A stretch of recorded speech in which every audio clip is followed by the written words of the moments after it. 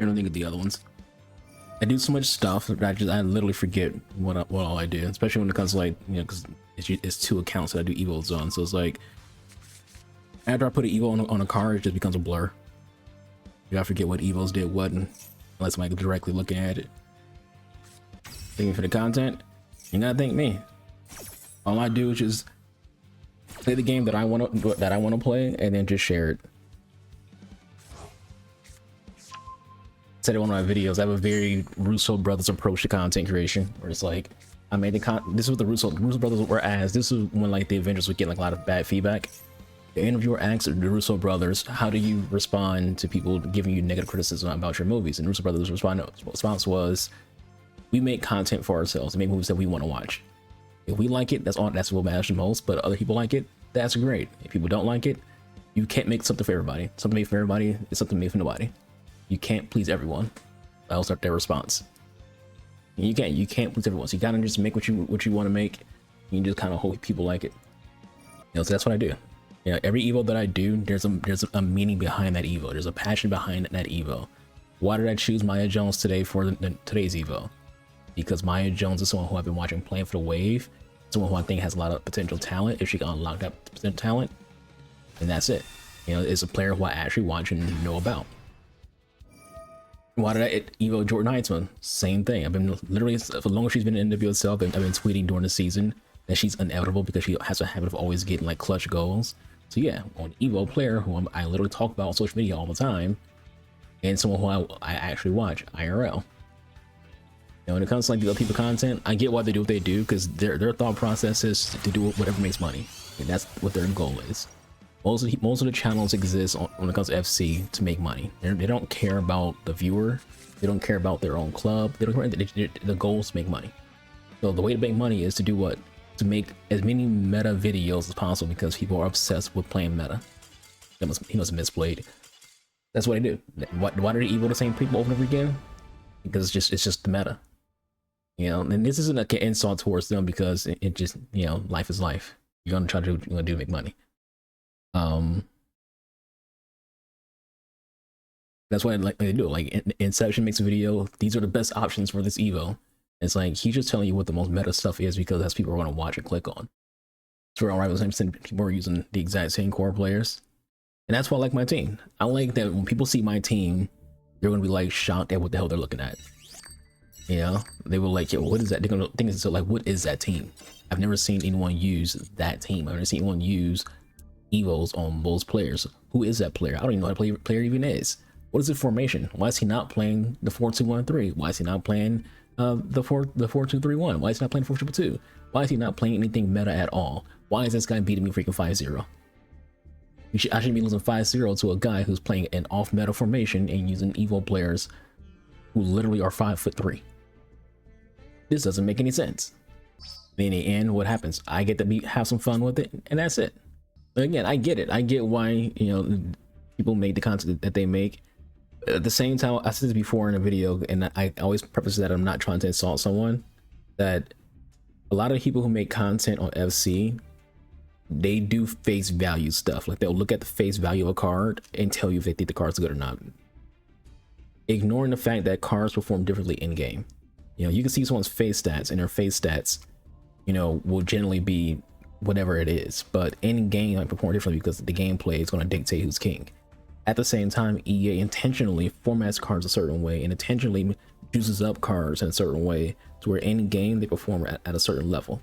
Example I'll give is a lot of the times when it comes to SBC cards, EA knows that people will tend to ignore SBC cards, so they tend to make SBC cards very, very good in game. That's why in-game stats matter. Like you can see it in on like Footbin. It's like IGS, so there's in-game stats. All that stuff matters way more than the face stat cards, because those face stat cards can lie to you. Those face stat cards can like they can look good, but then you look at the actual fine details of each card, and it's like, bruh, this card has bad balance. This card has little to no strength, even though it has 90 physical. All of his physical stats are stacked into like stamina or something like that, but his strength is low. So therefore, your player is getting bullied around, and you're confused on how your players get bullied around. It's like because their stats literally say they have 90, they have 80 freaking strength, and that's where you get bullied around because you're not looking at your cards. And the same thing comes like chem styles. If you just throw shadows on everything, or just throw hunters on everything, you kind of like miss out on how certain things interact with each other, especially when it comes to the fact that chem styles can change your accelerate type. Your accelerate type dictates how your players move in game. So you can have like a 99 pace player, but a certain accelerate type will actually make them slower. You'd be confused, like, how come my players move so slow? It's like because the chem style you put on them change their accelerate type to being something that's more slow. You know, it's the same thing because like, you know, why I put an anchor on Johnny, because an anchor gives Johnny control lengthy, and you want lengthy on a DM. But if I give him a shadow, he won't have control lengthy. So it's like all that kind of stuff matters. Yeah, and Lauren James is an acquired taste because she has a stock. There's like unique body types, which is like certain people have designed body types for their player only, which means that EA made those body types and no one else can have those. They just call them unique. So Dino, for example, Dino has a unique body type. No one else in the game moves like Dino. Alice Morgan has a unique body type. No one in the game moves like Alice Morgan. So there's different cards who are like that. It's like it's a small thing. But you have like the actual, you know, body types that everyone can have. Lauren James has a stocky body type, which means she's going to behave pretty heavy because she's a thick girl. And her brother also has the exact same body type. But Reese James also has stocky, so he can be kind of hard to use. Remember what during SC24 doing footies, there's a Reese James card everyone got for free essentially. So I think it's like a season pass card. I don't remember. Is either that or objective. And people were like, yo, this card sucks. This card sucks. It's like, it was a really good card. People had a hard time controlling using him because he seemed slower than he actually is. Like he was very, very fast and physical, but he felt slow. Why was he slow? Because he had a stocky body type. Same thing with Pushkas. They gave everyone a free Pushkas card in S24. That was like just beyond crazy and cracked and insane. People were like, yo, this card sucks. Pushkas has a stocky body type, so he feels stiff and slower in game. But if you know how to use stocky players, you can unlock the potential and just cook people with them because they're insane. Pushkas does not miss the net. So you know how to use his body type. You're like, hey, y'all can normal you all. I'm gonna use him.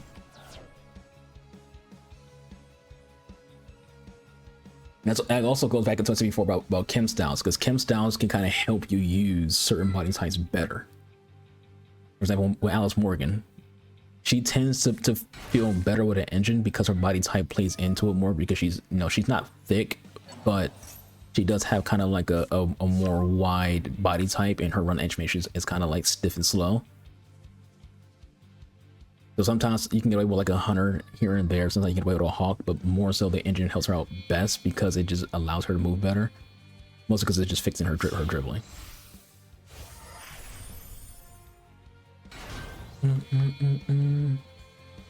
Like all those small details matter. That's why like you can't just, when it comes to like EVOs, for example, when I do an EVO, I know who I want to EVO out the gate because my brain, like I said, I'm just thinking of players who I like IRL, who I want to do EVO on, and who don't have promo cards in game.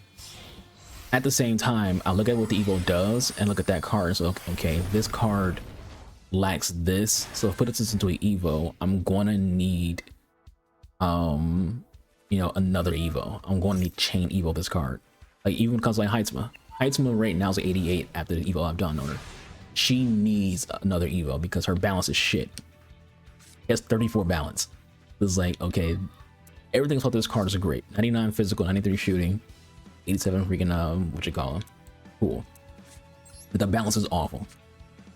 So I needed the chain EVO this card so she can actually be able to like not fall over every time she steps around.